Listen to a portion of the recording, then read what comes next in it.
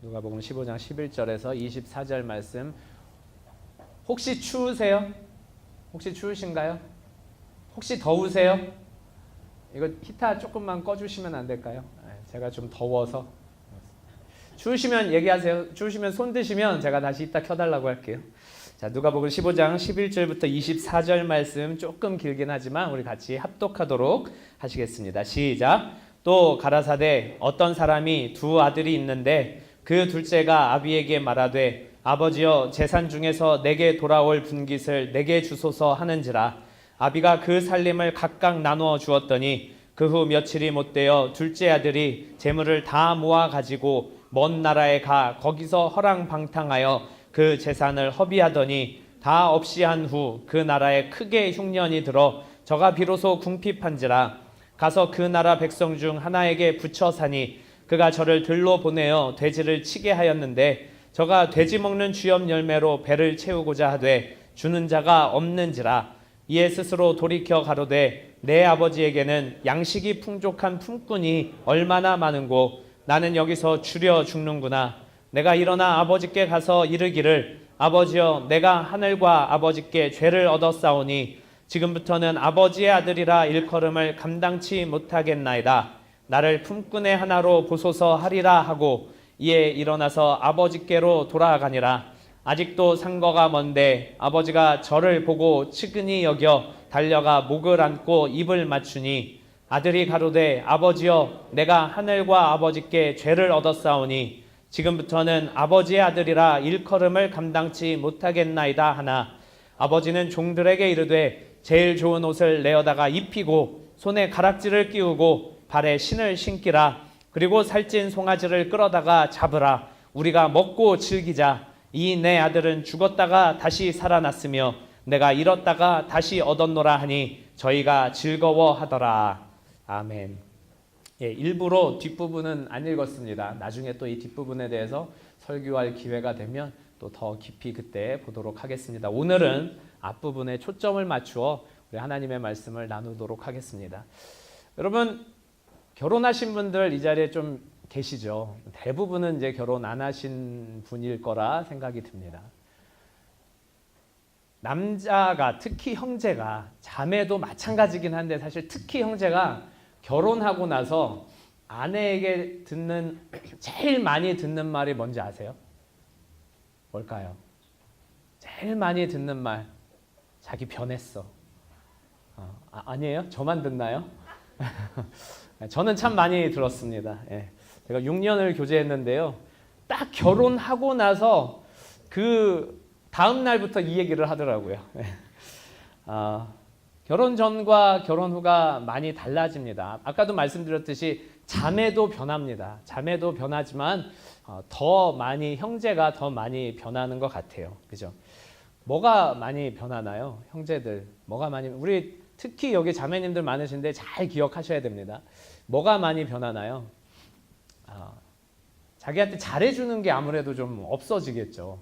자상함, 자기에게 보여줬던 따뜻함 이런 것들 없어집니다. 없어지고 그냥 무뚝뚝하게 밥 먹자 이 얘기만 많이 하고, 그죠? 집에 와서도 뭐 별말 안 하고 아내가 뭐라고 막 얘기하려고 그러면 시끄러 조용해 피곤해 뭐 이렇게 제가 그렇다는 건 아닙니다. 그러나 이제 그런 얘기 보통 많이 듣습니다. 그죠? 보통 많이 들어요. 그래도 저는 좀 따뜻한 사람이라 제가 말은 많이 안 하는데 말은 많이 들어주는 편이거든요. 어찌됐건 이런 얘기 많이 듣습니다. 또 뭐 달라지죠? 기념일 안 챙기죠. 옛날에는 막 100일마다 챙기고 88일, 99일, 뭐 101일, 뭐 111일 그렇게 안 챙기는 사람 없겠지만 아무튼 뭐라도 아무튼 의미 있게 이렇게 좀 두어가지고 계속해서 기념일을 챙기는 모습이 있는데 바로 지난주 토요일날 제 아내 생일이었거든요. 예, 제가 못 챙겼습니다. 예. 이런 반응 나올 줄은 몰랐는데 예. 제가 오늘 이제 제가 명절이라 내려가요. 오늘이라도 무릎 꿇고 사죄하고 제가 좀 선물을 갖다 줘야 되겠네요. 갑자기 빨개지네 얼굴이. 예. 그래서 여성들도 변해요. 그죠? 여자들은 안 변할 거라고 속단하지 마세요. 변합니다. 뭐가 제일 변하나요? 쌩얼을 그냥 마구 그냥 그렇죠. 그러지 않나요? 그렇습니다. 또 조금 더 지나면 어떻게 되나요? 트름하는 거 뭐 그냥 거리낌 없이. 그 다음에는 이제 얘기 안 하겠습니다. 예. 별로 이렇게 아무래도 사이가 이제 거리가 가까워지다 보니까 또 가족이 되다 보니까 서로 간에 그렇게 좀 변하는 것들이 분명히 있습니다. 근데 아시다시피 자매들이 서운함을 많이 느끼기 때문에 형제들에게 자기 변했어 이런 얘기를 많이 하지 않나 그런 생각이 듭니다. 근데 왜 연애 때는 안 그럴까요? 왜 안 그렇죠? 우리 형제님들 대답 좀 해보세요. 연애하시는 형제님들 어떻게 합니까? 진짜 간과 쓸개 다 빼어줄 듯이 하잖아요. 그죠? 그 혹시 아가씨와 건달들이라는 뮤지컬을 혹시 보신 분이 계신지 모르겠는데 그 아주 유명한 노래가 있습니다. 주정뱅이가 술을 끊었다면 그건 바로 여자 때문일 거야. 아무리 알코올 중독자라고 그래도 자기가 마음에 들어하는 사람이 자매가 여자가 이렇게 그 술 마시는 거 싫어하고 주정뱅이 이렇게 주사하는 거 싫어하고 그러면 술을 끊을 수 있다는 거예요. 왜? 잘 보이기 위해서. 마음을 얻기 위해서. 또 윤종신의 뭐죠? 그 다시 태어난 거 뭐죠? 그게 뭐 제목이 뭐죠? 너무 옛날 노래만 하죠. 다시 태어난 것 같아요. 뭐 이제 그런 가사가 있잖아요. 할 때도 안 된 샤워를 하며. 그죠? 보통 남자들은 뭐 이제 하루에 한 번 혹은 이틀에 한 번 이렇게 샤워하는데 그러면 이제 자매들 좀 놀래야 되는데 근데 이제 할 때도 안 된 샤워를 하면서 데이트 하려면 이제 샤워하고 나간다 이제 뭐 그런 얘기입니다.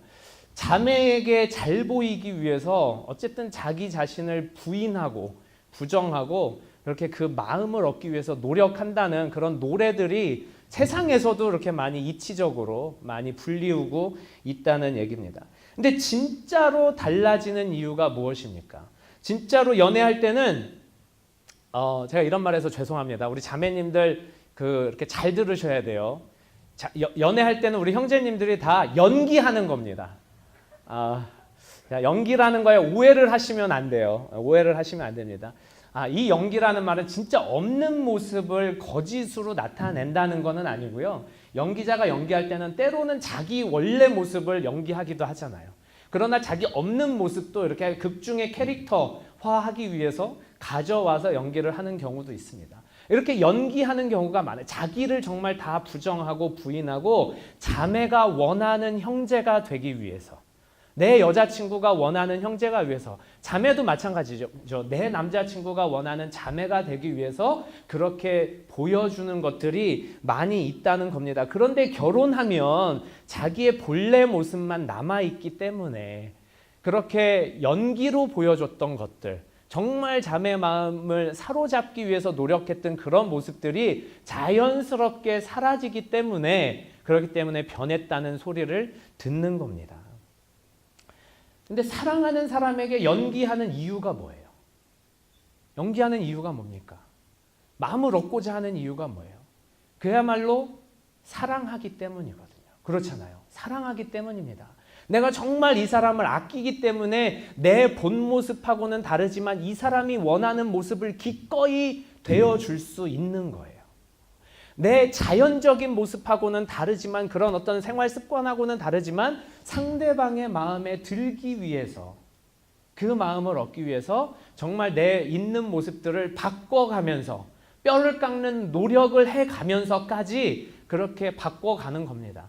제가 연애를 6년 했다고 그랬잖아요. 그 6년 동안 실제로 바뀐 제 모습이 있는 것 같아요. 뭐라고 딱 꼬집어서 얘기하기는 뭐하지만 그런 모습이 뭐가 있는지 물어보시면 저기 김범수 선교사님한테 물어보시면 됩니다. 저의 대학 때부터 봐왔던 모습이기 때문에 사랑하는 마음이 있기 때문에 자원해서 자기 자신을 변화시키는 겁니다.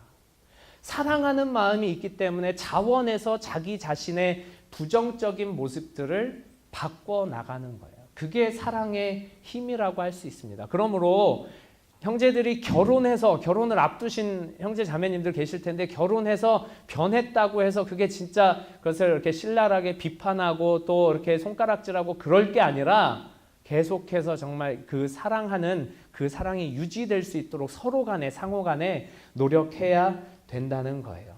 사랑하지 않으면 그 모든 것들이 다 물거품이 되는 겁니다. 사랑이 식으면 이제 그런 평소에 자기를 부정했던 모습들 또 자기를 변화시켜갔던 모습들 그런 것들이 자연스럽게 거품이 빠질 수밖에 없는 거고요. 사랑이 식으면 그것들이 다 귀찮게 여겨질 수밖에 없는 것입니다. 여러분, 성경에서는요, 하나님께서 우리에게 많은 명령들을 하고 계십니다. 하나님을 가까이 하라. 그러면 그가 너희를 가까이 하리라. 가까이 하라고 명령하고 계세요. 지난주에 설교 말씀을 통해서 이제 말씀을 나눴던 이제 가장 큰 계명, 둘째라는 계명, 이런 계명 뭐라고 했습니까? 하나님을 사랑하라. 마음을 다하고 뜻을 다하고 목숨을 다하고 힘을 다하여 하나님을 사랑하라고 명령하고 계십니다. 또 내 이웃을 사랑하라고 명령하고 계시는 거예요. 그런 명령이 여러 가지가 있습니다. 성경에서 어쩌면 계속해서 우리에게 하시는 말씀은 어쩌면 계속해서 정말 명령을 내리고 계시는 건지도 모르겠어요. 마태복음 28장 19절에서 20절 말씀 보니까 우리 너무나 잘 알고 있죠. 그러므로 너희는 가서 모든 족속으로 제자를 삼아 아버지와 아들과 성령의 이름으로 침례를 주고 내가 너에게 분부한 모든 것을 가르쳐 지키게 하라.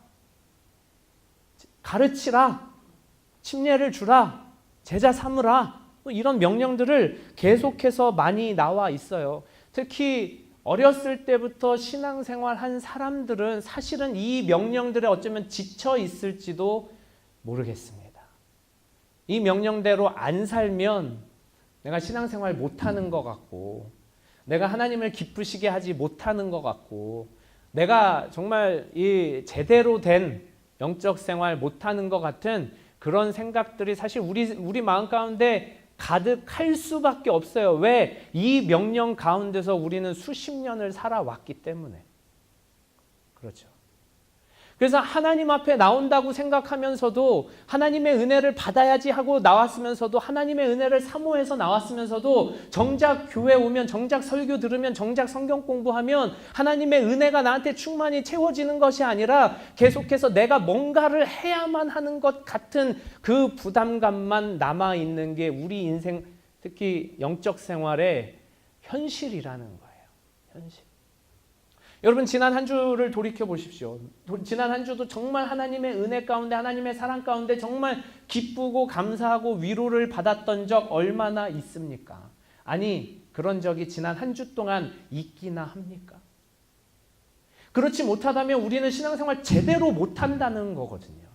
왜? 우리가 왜 신앙생활합니까? 하나님 앞에 자유롭게 되기 위해서 신앙생활하는 거 아니겠습니까? 하나님 앞에 정말 그동안 얽어져 매여 있던 것, 죄에 정말 이렇게 올가매어 있던 것 하나님께서 다 풀어주시고 해방시켜 주시고 정말 우리에게 다 자유를 허락해 주는 그 기쁨이 우리에게 있어야 되는 거 아니냐는 거예요.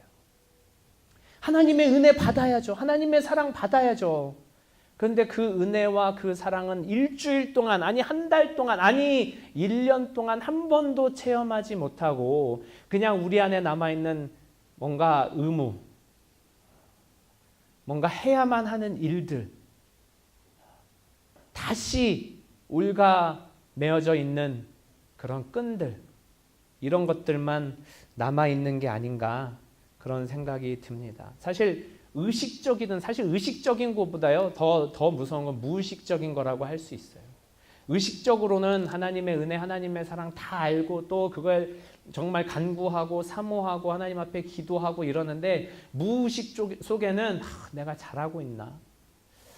내가 정말 하나님을 기쁘시게 하고 있나? 내가 신앙생활 이렇게 하는 게 맞는 건가? 이런 생각이 어쩌면 우리를 그동안에 지배하고 있었는지도 모르겠습니다. 그러다 보니까 우리 신앙생활에는 두려움이 여전히 남아있어요. 무서움이 남아있습니다. 하나님 앞에 혼나면 어떡하나? 이런 생각들. 정죄의 그늘 속에 남아있습니다. 진정으로 자유함을 느낀 적은 정말 얼마 안 되고 그거보다는 더 큰 무거움, 더 큰 그 정죄감 이런 것들만 우리에게 남아있지 않은가 생각이 됩니다. 저는 일부러 찬양할 때 이렇게 앞에 앉습니다. 제가 목요일날 말씀드렸어요. 앞에 앉는 이유에 대해서. 이 싱어들의 그 찬양이 스피커를 통해서 굉장히 아름답게 나옵니다. 또 제가 앞에 앉는 이유는 앞에 앉아있으면 뒤에 여러 형제 자매분들이 또 같이 또 합창하는 그 목소리가 들려옵니다. 그게 너무 은혜가 돼요. 그게 너무 은혜가 되어서 가사에 더 몰입하게 되고 하나님의 은혜에 더 몰입하게 되고 하나님의 사랑을 더 깊이 체험할 수 있는 그런 환경이 되는 것 같습니다. 그런데 여러분, 우리가 찬양할 때 말로는 정말 하나님의 은혜에 감사합니다. 때로는 두 손 들고 찬양하고 하나님의 사랑에 감사합니다. 정말 때로는 눈물을 흘리며 찬양하는데 진정한 자유가 여러분한테 있느냐 하는 거예요. 진정한 하나님의 그 사랑을 체험해 본 적이 있느냐? 그걸 오늘 이 말씀 가운데 묻고 싶습니다. 우리는 날마다 스스로에게 말하곤 하죠. 뭔가 부족한 것 같아. 뭔가 잘못된 것 같아. 난 자격 미달인 것 같아. 하나님이 나 때문에 기뻐하시지 않는 것 같아. 하나님이 나 때문에 기뻐하신다면 나도 그 기쁨을 누릴 텐데 그게 없는 거 보니까 아닌 것 같아.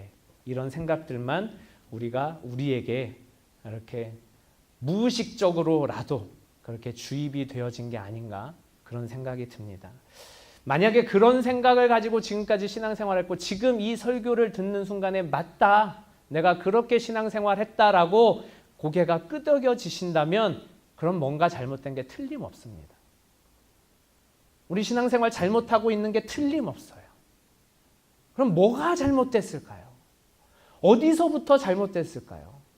도대체 어떤 근원적인 그런 잘못이 있기에 우리가 수십 년 신앙생활하면서 기뻤던 적은 진짜 몇 분, 한두 시간밖에 안 되고 힘들고 어려웠던 순간만이 우리에게 기억이 날까요? 뭔가 주객이 전도되었기 때문입니다.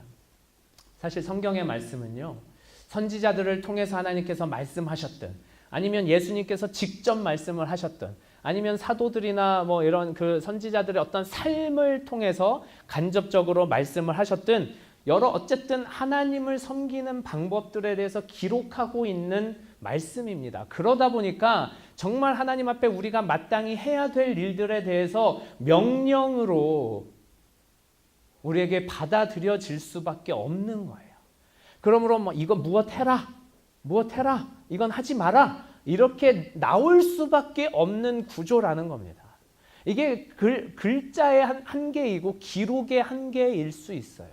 그런데 하나님께서는 그 명령, 무언가를 해야만 하고 하지 말아야 되는 그 어떤 행위 자체, 그거에 더 관심 있는 것은 아니라는 것을 성경에서 또 여러 번 말씀하고 있습니다. 이 하나님께서는 오히려 이 명령의 근원적인 것들, 이 구조의 근원적인 것들을 우리가 생각하고 그거를 바라보고 신앙생활하라고 말씀하고 있습니다. 마태복음 23장 23절에 예수님께서 친히 바리새인과 서기관들에게 이렇게 말씀하셨습니다. 화 있을진저 외식하는 서기관들과 바리새인들이여, 너희가 박하와 회향과 근처에 11조는 들이되 율법에 더 중한 바 정의와 긍휼과 믿음은 버렸도다. 비록 율법을 지킨다고 하면서 정말 박화와 회향과 또 근처에 11조는 드리지만, 그리고 외형적으로 봤을 때는 분명히 그것이 옳은 신앙생활의 모습이지만 예수님께서는 그들을 책망하고 있는 거예요. 그냥 단순히 꾸중하고 단순히 책망하는 것이 아니라 화 있을진저 너에게 저주가 있을 것이다, 이렇게 저주하는 일들이 예수님의 입술에서 직접 나왔습니다. 왜 그런가요? 이 명령, 이 말씀, 이 율법의 근원적인 것은 생각하지 아니하고 그저 표면적으로 나타나는 율법의 행위들만 지키면 하나님의 말씀을 다 지켰다고, 하나님의 뜻을 다 알았다고 그렇게 생각하는 것 자체가 어쩌면 저주스러운 것이라는 겁니다. 진정한 하나님의 은혜, 진정한 하나님의 사랑은 모르고 난 잘하고 있어, 이런 생각과 동시에 잘 못하는 사람들을 정죄하고 잘 못하는 사람들에게 나는 못하겠어, 이런 생각만, 죄책감만 주기 때문에 오히려 그와 같은 신앙생활, 그와 같은 영적 생활은 저주받는 신앙생활이라고 예수님께서 직접 말씀하고 있습니다. 다시 말해서 더 중요한 것은 그 율법, 그 명령에 담겨져 있는 근원적인 원리, 근원적인 정신, 근원적인 깨달음을 가진 후에야 이것도 하고 저것도 해야 된다고 말씀하고 있는 겁니다. 특별히 우리 외식하는 신앙생활, 또 무미건조한 신앙생활, 의무감만 남은 그 신앙생활을 타파하기 위해서는 우리가 이와 같은 것들을 생각하고 깨닫고 나아가야 한다는 겁니다. 하나님은 여러분들을 자유케 하시려고 구원하셨습니다. 여러분에게 진정한 자유를 주시려고 구원하셨습니다. 여러분들을 죄의식이나 정죄함 속에서 살아가도록 하려고, 혹은 또 다른 명령으로 여러분들을 어딘가에 올가매려고 구원하신 것이 아니라는 거예요. 여러분들을 진정으로 자유케 하기 위해서 구원하셨습니다. 요한복음 5장 24절 말씀에 뭐라고 그랬습니까? 내가 진실로 진실로 너에게 이르노니 내 말을 듣고 또 나 보내신 이를 믿는 자는 영생을 얻었고 심판에 이르지 아니하나니 사망에서 생명으로 옮겼느니라. 여기서 심판이라는 단어는요, 헬라어로 크리시스라는 단어인데요, 정죄감이라는 뜻도 있습니다. 다시 말씀드리면 내 말을 듣고 또 나 보내신 이를 믿는 자는 영생을 얻었고 정죄함에 이르지 않는다고 예수님께서 친히 말씀하고 있는 겁니다. 성경에서 말씀하고 있는 정죄함은 뭡니까? 하나님의 진노를 이야기하는 거예요.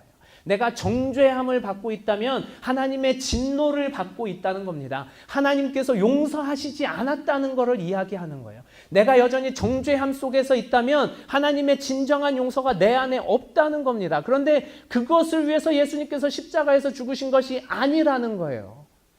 예수님께서 우리 한 사람 한 사람을 구원하신 것은 이 정죄함에서조차도, 정죄감에서조차도 자유케 하시기 위해서, 구원하시기 위해서 예수님께서 그 고난을 받으신 것입니다. 다시 말해서 심판의 날에라도 우리가 그 심판에 들어가지 아니하고 심판의 날에라도 하나님의 그 정죄, 그 진노하심 우리는 받지 않는다고 이미 성경은 여러 차례 말씀하고 계시는 거예요. 그런데 우리는 왜 스스로 정죄하나요? 왜 스스로? 로마서 8장 1절 말씀에 이런 말씀이 있습니다. 그러므로 이제 그리스도 예수 안에 있는 자에게는 결코 뭐가 없다고요? 정죄함이 없나니. 결코 정죄함이 없나니. 사도 바울은 우리가 정죄함을 받는 것, 정죄를 느끼는 것은 은혜로부터 멀리 떨어지는 거라고 그랬어요. 다시 말해서 우리가 계속해서 우리 뭔가 부족해, 하나님께서 기뻐하시지 않는 것 같아, 아니 오히려 우리 하나님을 근심시키는 것 같아, 우리 어떻게 해야 될까? 이런 생각까지도, 이런 생각이 있으면 하나님의 은혜 가운데서 멀어진다는 겁니다. 이것은 하나님이 원하시는 것이 아니라요, 누가 원하는 거예요? 우리를 호시탐탐 노리고 있는 악한 마귀의 세력이 원하는 거라고 성경은 말씀하고 있습니다. 우리 안에 계시는 성령님은요, 우리 죄를 깨닫게 하십니다. 그러니까 깨닫게 하시니까, 깨달으면 정죄함을 느끼는 게 당연하잖아요. 깨달으면 죄책감을 느끼는 게 당연하잖아요. 그러나 그 죄책감을 느끼게 하기 위해서 우리 안에 계시는 성령님이 우리 죄를 깨닫게 하시는 것이 아니라 온전케 하기 위해서, 하나님과의 관계를 온전케 하기 위해서, 우리의 삶을 온전케 하기 위해서, 우리 영혼을 회복시키기 위해서 성령 하나님이 우리의 죄를 깨닫게 하시는 거예요. 그러므로 이 깨달은 죄를 하나님 앞에 고하기만 하면 더 이상 이런 정죄가 없어야 되는 게 진정으로 믿음을 가지고 있는 사람들이라는 겁니다. 로마서 8장 34절에 이 말씀이 있습니다. 누가 정죄하리요? 누가 정죄하리요? 죽으실 뿐 아니라 다시 살아나신 이는 그리스도 예수시니 그는 하나님 우편에 계신 자요 우리를 위하여 간구하시는 자니라. 우리를 참소하는 자는 누구라고요? 마귀입니다. 그런데 하나님 우편에서 하나님 앞에 계속해서 우리를 위하여 간구하시는 분이 바로 우리의 모든 죄를 깨끗이 하시고 용서하신 예수 그리스도신데, 그분이 하나님 앞에 우리 한 사람 한 사람을 위하여 간구하시는데 그 누가 정죄할 수 있냐고 성경이 우리에게 말씀하고 계시는 거예요. 그러므로 우리는 이 정죄함을 받을 필요가 없다는 겁니다. 느낄 필요가 없다는 겁니다. 생각할 필요가 없다는 겁니다. 오늘 우리가 탕자의 비유에 대해서 읽었습니다. 이 탕자의 비유는 너무나도 잘 아는 비유입니다. 작은 아들이 아버지께 와가지고 내게 돌아올 분깃을 주십시오. 재산의 절반을 주십시오. 이런 배은망덕한 말을 하죠. 그때 당시에 유대인들에게는 상속은 무조건 아버지가 돌아가셔야 하는 겁니다. 다시 말해서 나에게 돌아올 그 상속분 형도 있으니까 절반 저에게 주십시오 하는 얘기는 뭐냐면요. 아버지 빨리 죽으십시오. 이 얘기예요. 이 얘기입니다. 그럼에도 불구하고 아버지가 다 나눠줬죠. 이 절반을 나눠줬습니다. 이거 가지고 먼 나라로 갔습니다. 아무래도 가까이 있으면 아버지가 하인들을 보내가지고 자기 잔소리할까봐 그러겠죠. 멀리 갔습니다. 나름대로는 멀리 가서 오랫동안 잘 살 것 같았겠죠. 그런데 그 수많은 재산이 순식간에 다 동났어요. 돈 쓰는 거는 참 하루아침인 것 같습니다. 다 동났습니다. 다 동나니까 어떻게 했어요? 친구도 떠났죠. 이제 지인들도 다 떠났습니다. 그 돈 보고 모여들었던 모든 사람들이 다 떠났어요. 아무것도 남지 않았습니다. 패배감만 남아있죠. 절망감만 남아있겠죠. 어쩔 수 없이 먹고 살기 위해서 그 돼지우리에 가서 그런 일들을 했습니다. 그리고 나서 깨달았죠. 우리 아버지에게 정말 풍족한 이 하인들이 많이 있는데 내가 차마 가가지고 아들이라고 다시 받아달라고 할 수는 없고 그냥 하인으로라도, 그래서 이 배고픔만이라도 좀 면했으면 좋겠다 하는 생각을 가지고 아버지에게 돌아갑니다. 아버지가 어떻게 반응했습니까? 저 멀리서 아들이 오는 것을 보시고 뛰어가서 아들을 끌어안고 입을 맞춥니다. 하인들을 보내가지고 야, 새 신발, 새 옷, 새 가락지 다 가져와라. 그리고 살찐 송아지 잡아가지고 우리 잔치를 벌이자 이랬습니다. 돌아온 아들에게 야, 너 그 재산 다 어떻게 했어?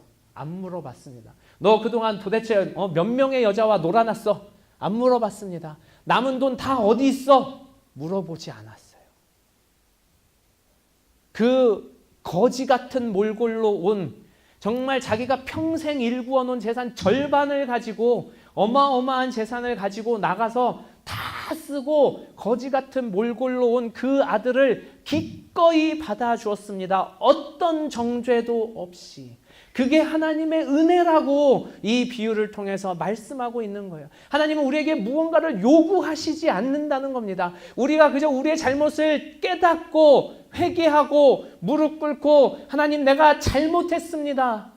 나를 용서해 주십시오라고 그렇게 하나님 앞에 나만 간다면 아무것도 묻지 않겠다는 거예요. 내가 너의 죄까지 다 기억하지 않겠다고 하나님은 우리에게 말씀하고 있습니다.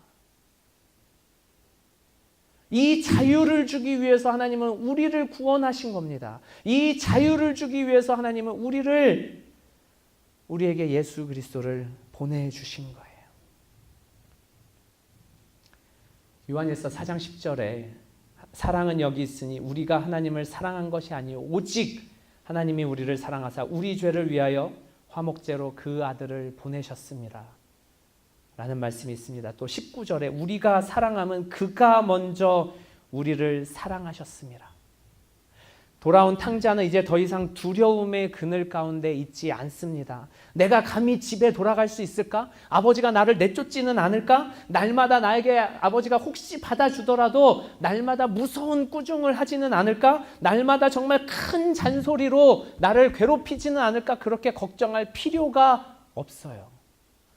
아버지가 과거의 것은 다 잊은 듯이 탕자를 받아줬습니다.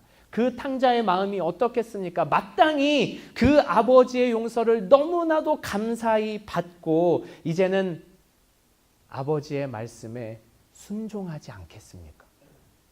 인생의 절망을 맛보고 저 밑바닥까지 간 사람이 아버지에게 정말 두려운 마음으로 왔지만 그 아버지가 큰 사랑으로 받아주었을 때 이제 더 이상 두려움이 있지 아니하고 이 돌아온 탕자에게는 자유함으로, 감사함으로, 기쁨으로 아버지의 말씀에 순종하는 일을 남은 평생 동안 하지 않았겠느냐 하는 거예요. 그러지 않았겠습니까? 염치를 가진 사람이라면, 이치를 아는 사람이라면 그렇게 했겠죠. 사랑하는 형제자매 여러분, 여기에 하나님의 사랑이 있습니다. 여기에 하나님의 은혜가 있습니다. 또 여기에 하나님의 사랑과 은혜만 있는 것이 아니라 우리의 사랑의 표현 방식이 여기에 있는 겁니다. 하나님은 우리가 진짜 하나님의 사랑을 알기를 원하는 거예요. 날마다 그 사랑을 체험하기를 원하는 겁니다.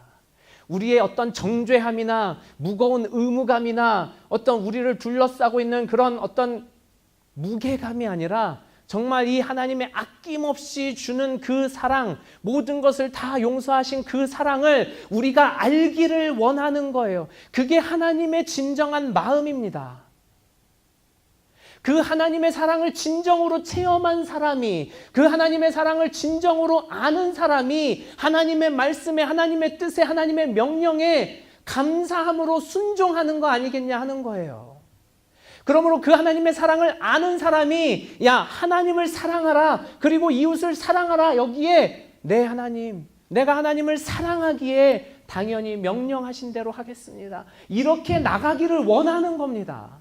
하나님의 사랑을 쥐뿔도 모르고 하나도 모르고 아무것도 모르고 그냥 야, 너 하나님을 사랑해, 하나님을 가까이 해, 네 이웃 가까이 해, 네 이웃 네 몸같이 사랑해, 너 교회에서 봉사해야 돼, 너 뭐 해야 돼, 이렇게 말씀하시지 않는다는 거예요. 그건 하나님 사랑의 오해입니다.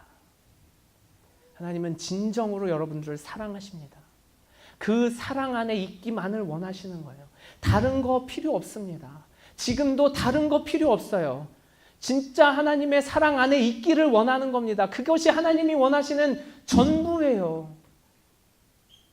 근데 우리가 그 하나님의 사랑을 모르니까, 우리가 그 하나님의 사랑을 체험한 적이 없으니까, 진정으로 느껴본 적이 없으니까 하나님께서 말씀하시는 모든 것들이 다 우리에게 그저 의무감으로 다가와서 무거운 짐으로 느낄 수밖에 없는 겁니다. 거기에 우리의 신앙생활에 문제가 있는 거예요.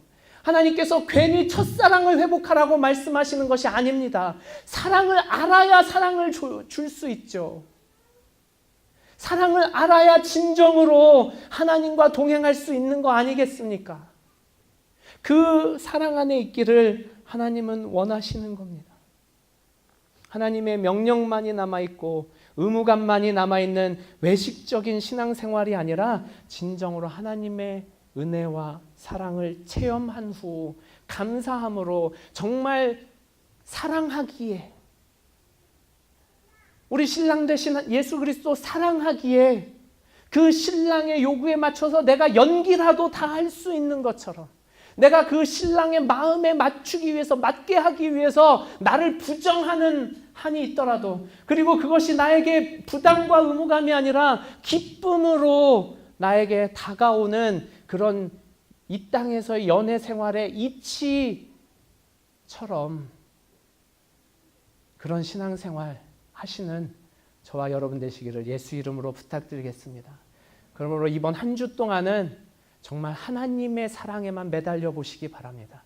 그 하나님의 사랑을 체험하고 하나님의 사랑을 느끼고 그 하나님의 사랑을 누리는 저와 여러분 되시기를 예수 이름으로 부탁드리겠습니다. 이 시간 기도하실 때 하나님, 내게 하나님의 사랑을 보여주십시오. 하나님, 이미 예수 그리스도를 우리 가운데 보내주셔서 그 사랑을 보여주셨는데 내가 그것을 깨닫지 못하고 그것을 체험하지 못하고 내가 그것에 만족하지 못했던 것 용서하여 주셨고, 하나님 다시 한번 내가 그 크신 하나님의 사랑 가운데만 들어가는 자 될 수 있도록 도와달라고 우리 예수에 한번 부르시고 기도하시겠습니다.